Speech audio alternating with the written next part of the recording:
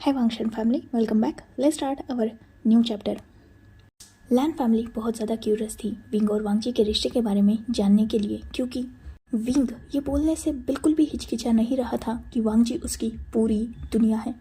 और विंग कोई normal person तो था नहीं, वो पूरे चाइना का सबसे रिचेस्ट पर्सन था, एक बिजनेस टाइकून और बिजनेस वर्ल्ड का गेम चेंजर था, एक ऐसा इंसान जिसके बारे में अक्सर कहा जाता है कि उसके दिल में किसी को भी लेकर रहम नहीं है। वो इंसान लान वांगजी जैसे छोटे मोटे बिजनेसमैन की इतनी ज़्यादा केयर क्यों कर रहा है। बहुत क्यूरियस थे सब इस सवाल का जवाब जानने के लिए। साथ ही वांगजी वो भी तो येलिंग पेट्रियार्क से डर नहीं रहा था। इवन उसने एक बार भी येलिंग पेट्रियार्क को येलिंग पेट्रियार्क कह के नहीं पुकारा था। इवन जब से वांगजी ने विंग का फेस देखा था तब से ही वांगजी उससे बिल्कुल फ्रैंकली बातें कर रहा था। इवन उसने एक बार भी येलिंग पेट्रियार्क को ना ही येलिंग पेट्रियार्क कह के पुकारा था और ना ही उसका ओरिजिनल नाम विंग लेकर पुकारा था। वो हमेशा विंग को आशियान ही कह रहा था। ऐसा क्या रिश्ता था उन दोनों में। टाइम बदल चुका था, नेचर बदल चुका था, पर्सनैलिटी बदल चुकी थी, आइडेंटिटी बदल चुकी थी, पर जो नहीं बदला था वो करीबन 14 साल पहले शुरू हुआ एक खूबसूरत रिश्ता। एक ऐसा रिश्ता जो आज तक भी विंग को जिंदा रखे हुए है। एक ऐसा रिश्ता जो इस हार्टलेस क्रूअल बिजनेसमैन को और किसी के भी सामने ना झुकने वाले येलिंग पेट्रियार्क को, एक नॉर्मल बिजनेसमैन जिसकी औकात विंग के सामने कुछ भी नहीं है, वो विंग को अपने सामने झुकाने की ताकत रखता है। काली अंधेरी रात, सुनसान रास्ता और उस रास्ते पे स्पीडली चलता एक ट्रक। दोनों ट्रक ड्राइवर थोड़ा नर्वस लग रहे थे और डरे हुए भी। दोनों भी कंटिन्यूडली किसी से वॉकी टॉकी से कनेक्टेड थे जो उन्हें गाइड भी कर रहा था। रास्ते में घना अंधेरा था और दोनों तरफ घना जंगल था। बस जो ट्रक की हेडलाइट से रोशनी हो रही थी उसी में रास्ता थोड़ा बहुत देखा जा सकता था। धीरे धीरे जैसे वो ट्रक आगे बढ़ रही थी वैसे उन ड्राइवर्स के फेस से वो टेंशन वैनिश हो रही थी और अब बस 1 किलोमीटर का सफ़र बचा हुआ था और फिर वो बॉर्डर क्रॉस कर लेंगे। यही सोचते हुए वो खुश हो ही रहे थे, तभी सामने से बहुत सारी लाइट्स उन्हें अचानक ही नज़र आती है, जिससे वो ट्रक वही रुक चुका था और दोनों भी शॉकिंगली आगे की तरफ देख रहे थे। ये एक मिलिट्री चेक पोस्ट था। वैसे तो इस रास्ते के बारे में कम ही लोगों को खबर थी और ये रास्ता दोनों कंट्रीज को सीक्रेटली जोड़ता था। बहुत सारी इनलीगल एक्टिविटीज इसी रास्ते से दोनों कंट्रीज में होती थी। आज तक इस रास्ते में एक भी चेक पोस्ट किसी को भी नज़र नहीं आया था और ना ही किसी ने इस बारे में सोचा था। हाँ, डर सबको रहता था, पर एक कंफर्मेशन भी रहती थी कि ये रास्ता अभी तक मिलिट्रीज को पता ही नहीं, जिस वजह से यहाँ कभी भी वो पकड़े नहीं जा सकते। पर आज वो हो चुका था। ट्रक ड्राइवर ट्रक पीछे लेने की कोशिश करता है ताकि वो भाग सके, पर ऐसा भी नहीं होता क्योंकि पीछे भी मिलिट्री के बड़े बड़े टैंक्स खड़े थे और आगे भी। अब वो ट्रक ड्राइवर सीधा ट्रक छोड़कर भागने की फिराक में थे, पर चारों तरफ से उस ट्रक को सोल्जर्स ने घेर के रखा था, जिस वजह से वो भाग भी नहीं सकते थे। 2 ही लोग थे और सोल्जर्स बहुत सारे थे, तो बहुत आसानी से सोल्जर्स उन दोनों को धर दबोचते हैं और ट्रक की चेकिंग स्टार्ट हो जाती है। ट्रक में कुछ खाली मीडियम साइज कार्टन रखे हुए थे और उनमें बस सूखी घास और पेड़ पत्तियां थी, पर जैसे जैसे सोल्जर्स उन कार्टन्स को हटाकर पीछे वाले कार्टन्स को देखते हैं तब उन सब की आइज़ वाइडन हो चुकी थी, क्योंकि उन कार्टन्स में छोटे छोटे बच्चे थे जिन्हें इस कंट्री से किडनैप करके दूसरी कंट्री ले जाया जा रहा था, ताकि वो इन सब बच्चों को ट्रेनिंग देकर इन्हीं के कंट्री के खिलाफ खड़ा कर सके। पर आज ये सारे बच्चे सोल्जर्स के हाथों लग चुके थे, जिस वजह से ये सेफ थे। करीबन 50 से 60 कार्टन थे और उन सब कार्टन में 15 साल के अंदर के छोटे बच्चे थे जिनका मुंह, हाथ और पाँव टाइटली बांधा गया था। साथ ही वो सब बेहोश थे। सारे सोल्जर्स उन बच्चों को फ्री करते हैं और बस अब एक लास्ट कार्टन बचा हुआ था। एक सोल्जर उस भी कार्टन के पास जाता है, उसे ओपन करता है और वो सामने जो देखता है उससे सच में उसके दिल में एक कसक तो उठ ही चुकी थी। एक छोटा सा बच्चा जिसकी उम्र बहुत कम थी, वो रो रहा था और छूटने के लिए छटपटा रहा था। उस छोटे से कार्टन में वो सांस के लिए भी स्ट्रगल कर रहा था। वो सोल्जर उस बच्चे के पास जाता है और उसे अपनी बाहों में उठा लेता है। वो बच्चा जो रो रहा था, वो सोल्जर उसे कंसोल करता है, उसके हाथ पाँव को फ्री करता है, उसका मुंह ओपन करता है और जैसे ही उस बच्चे को ये फील हुआ था कि वो आज़ाद है और किसी ने उसे सेव किया है, वो तुरंत ही उस सोल्जर के नेक के अराउंड अपने दोनों हाथों को डाल के उसे टाइटली हग कर लेता है और ज़ोर ज़ोर से रोने लगता है। अंधेरा बहुत ज़्यादा था और यहाँ रुकना ज़्यादा सही भी नहीं था, इसलिए वो सारे सोल्जर्स उन बच्चों को लेकर उस जंगल एरिया से मिलिट्री कैंप की तरफ निकल जाते हैं। ऑब्वियसली वो जंगली एरिया था तो उसमें जानवरों का खतरा था, बाकी कुछ नहीं। सारे सोल्जर्स उन सभी बच्चों का अच्छे से ट्रीटमेंट कराने के लिए उन्हें हॉस्पिटलाइज करते हैं और बाकी सब तो बेहोश थे। ये एक ही बच्चा होश में आ चुका था, न जाने कैसे, पर ये होश में आ चुका था।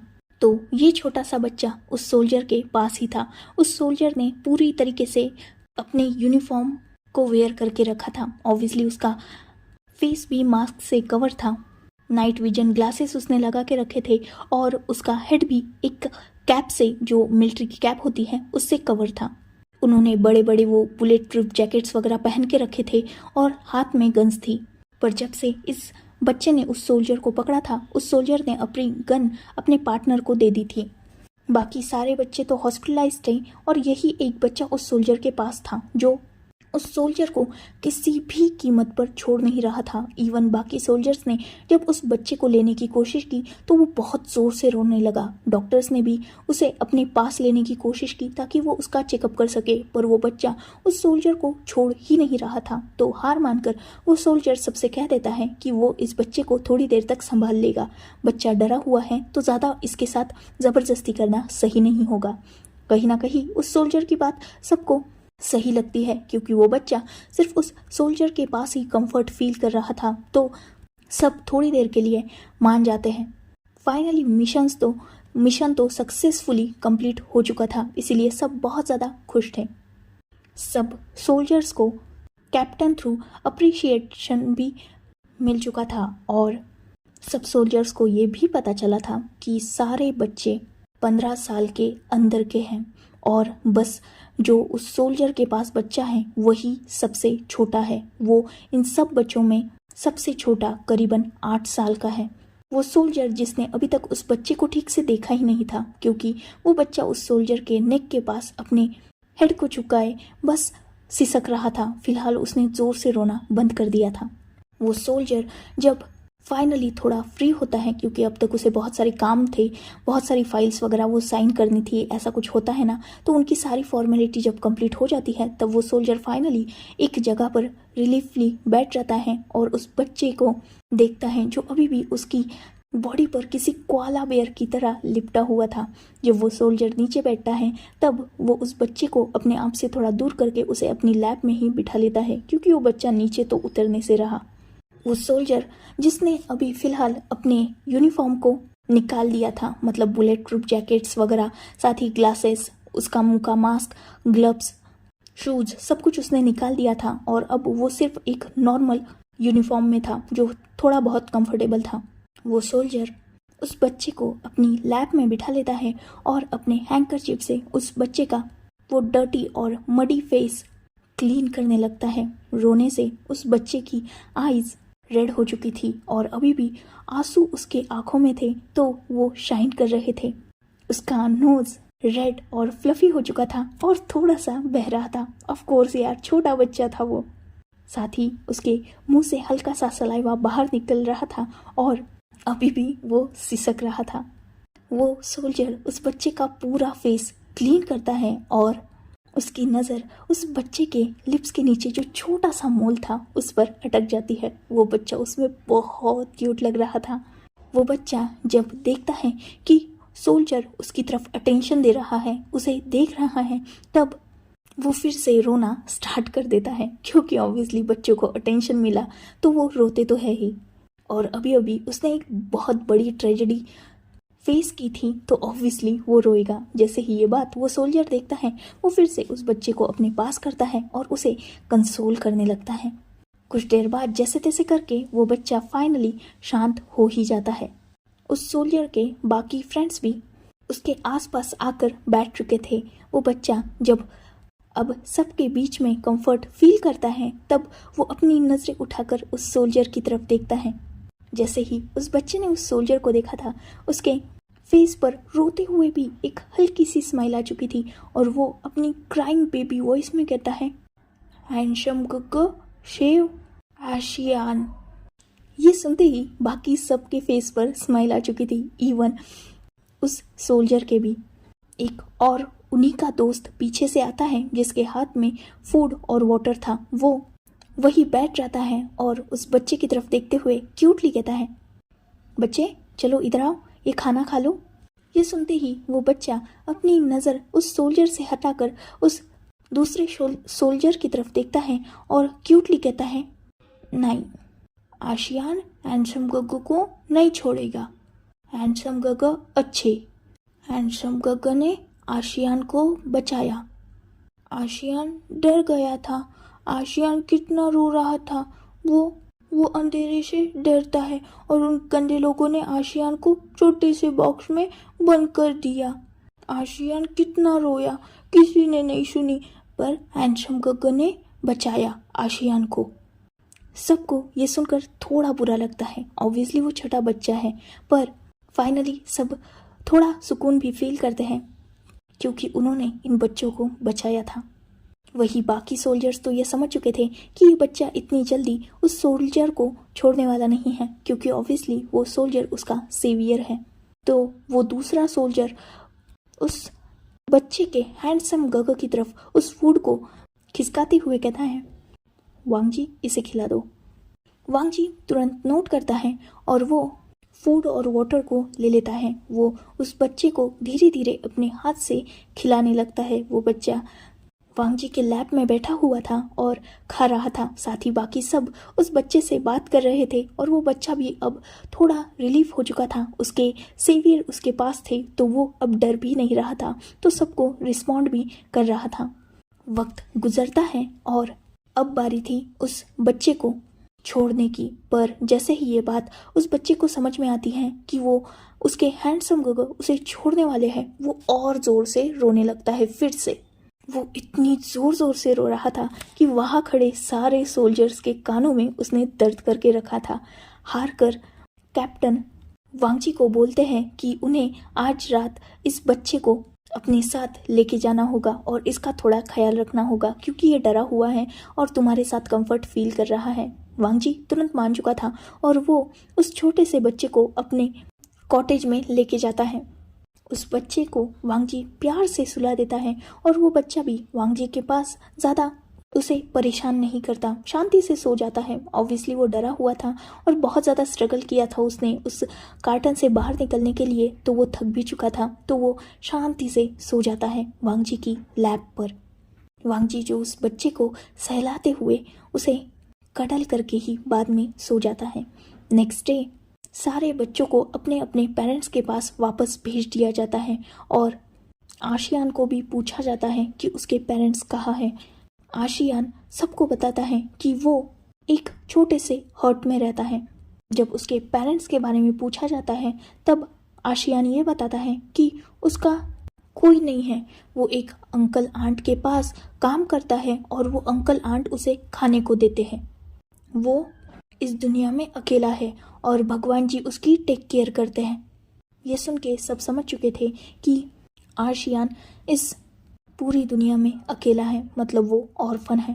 जब उससे उसके घर का पूछा जाता है एड्रेस, तब वो वांगजी और कुछ सोल्जर्स को लेकर उस हर्ट की तरफ जाता है। ऑब्वियसली वो बॉर्डर के आसपास का एरिया था और वहाँ छोटे छोटे विलेजेस थे, और जिस हर्ट की बात आशियान ने की थी वो इस मिलिट्री कैंप के आसपास ही आता था। जब 2-4 सोल्जर वांगजी के साथ और आशियान के साथ उस हर्ट की तरफ जाते हैं, तब सब देखते हैं कि वो एक छोटी सी हर्ट है। उसे हर्ट भी नहीं कहा जा सकता क्योंकि वो आधी साइड से तो गिर चुकी है, वो बस जैसे तैसे खड़ी है। साथ ही उसके एक साइड में एक चटाई और एक कंबल जो थोड़ा सा फटा हुआ है, थोड़ा सा नहीं बहुत ज़्यादा फटा हुआ है, ऐसा रखा हुआ है, और दूसरे साइड में एक छोटे से मटके में पानी रखा हुआ है। आशियान से जब उसके अंकल आंटी के बारे में पूछा जाता है जिनके घर में वो काम करता है, तो वो उन्हें गांव की एक छोटी सी होटल की तरफ लेके जाता है। आशियान सबको बताता है कि वो यहाँ प्लेट्स को क्लीन करता है और ये अंकल आंट उसे खाने को देते हैं। ऑब्वियसली उनकी भी कंडीशन इतनी सही नहीं थी, तो वो किसी बच्चे को पाल नहीं सकते थे, बट ठीक था, वो एटलीस्ट इसे खाने को तो देते थे। कुछ और पूछताछ से ये पता चलता है कि इसके पेरेंट्स फायरिंग में मर चुके हैं।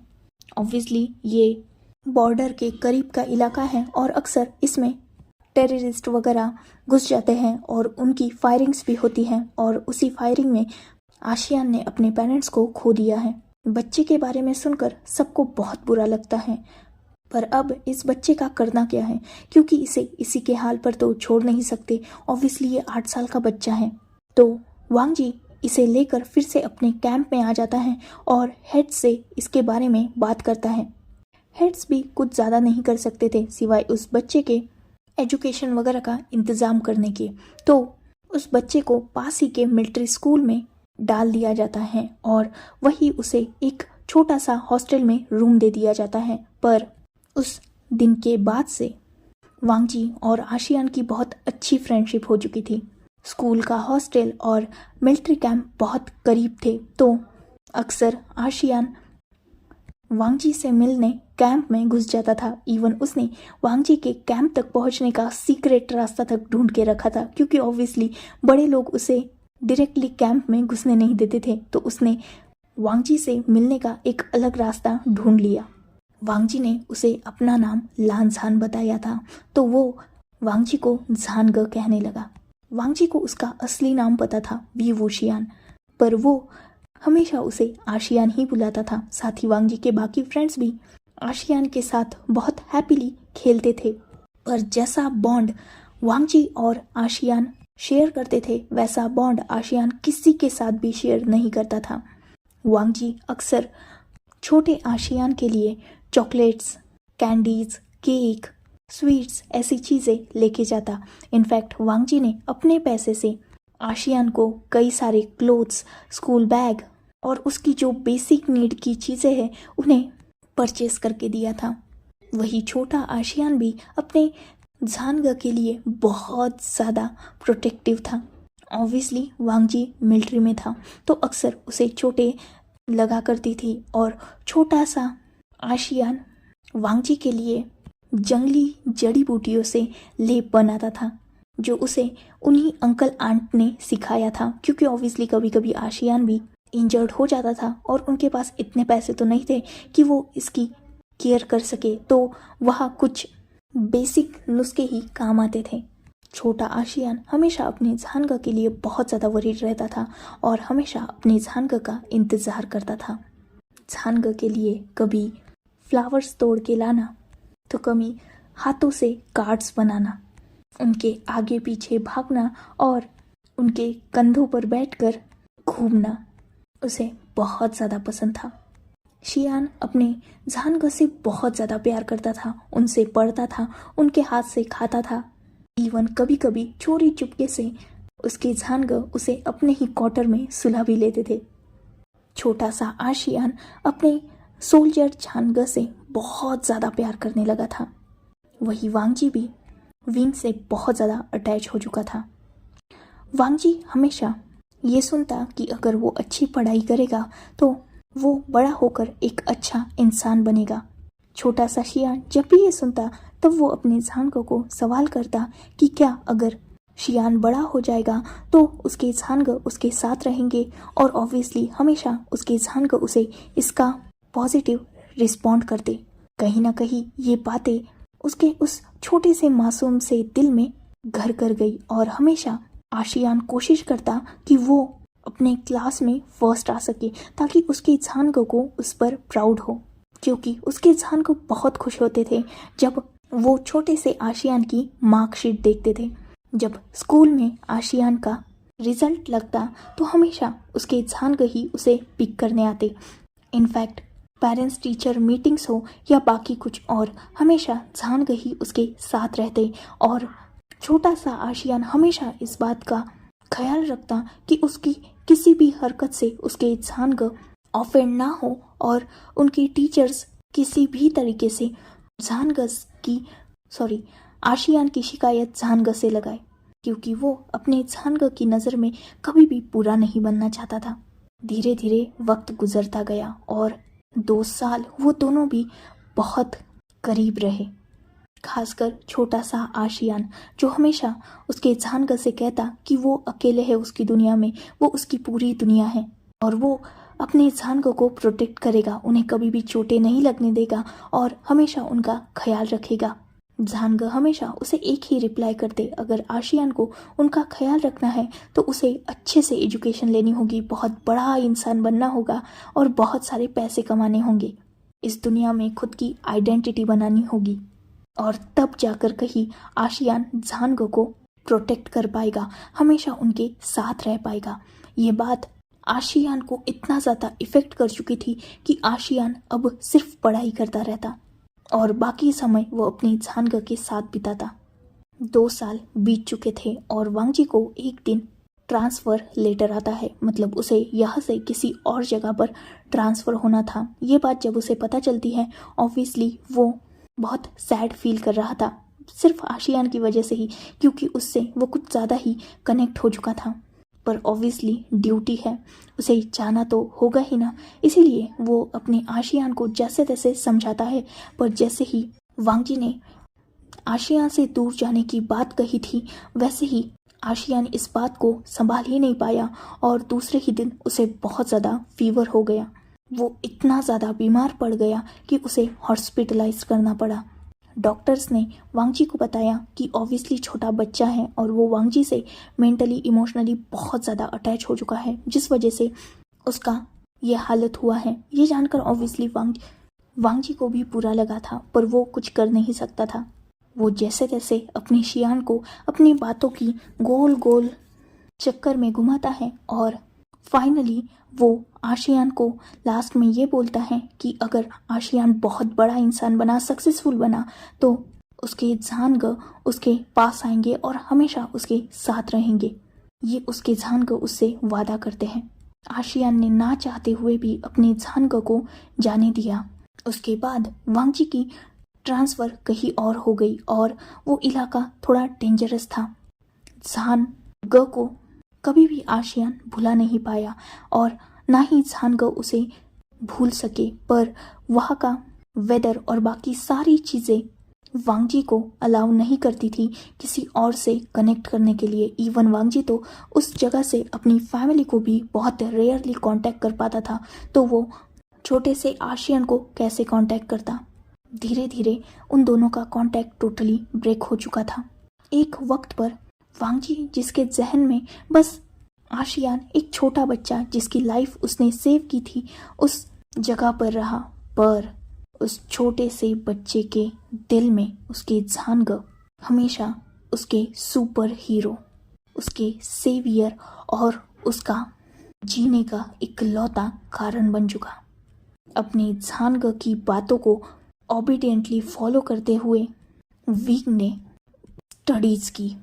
बिजनेस स्टडीज़ करते करते विंग ने खुद का एक बिजनेस स्टार्ट किया। उसके आइडियाज़ इतने अच्छे थे और उसका दिमाग इतना ज़्यादा इंटेलिजेंट कि धीरे धीरे वो बिजनेस ग्रो होने लगा। इतना ज़्यादा ग्रो हो चुका है कि आज वो पूरे चाइना का नंबर 1 बिजनेसमैन है, सबसे रिचेस्ट बिजनेसमैन।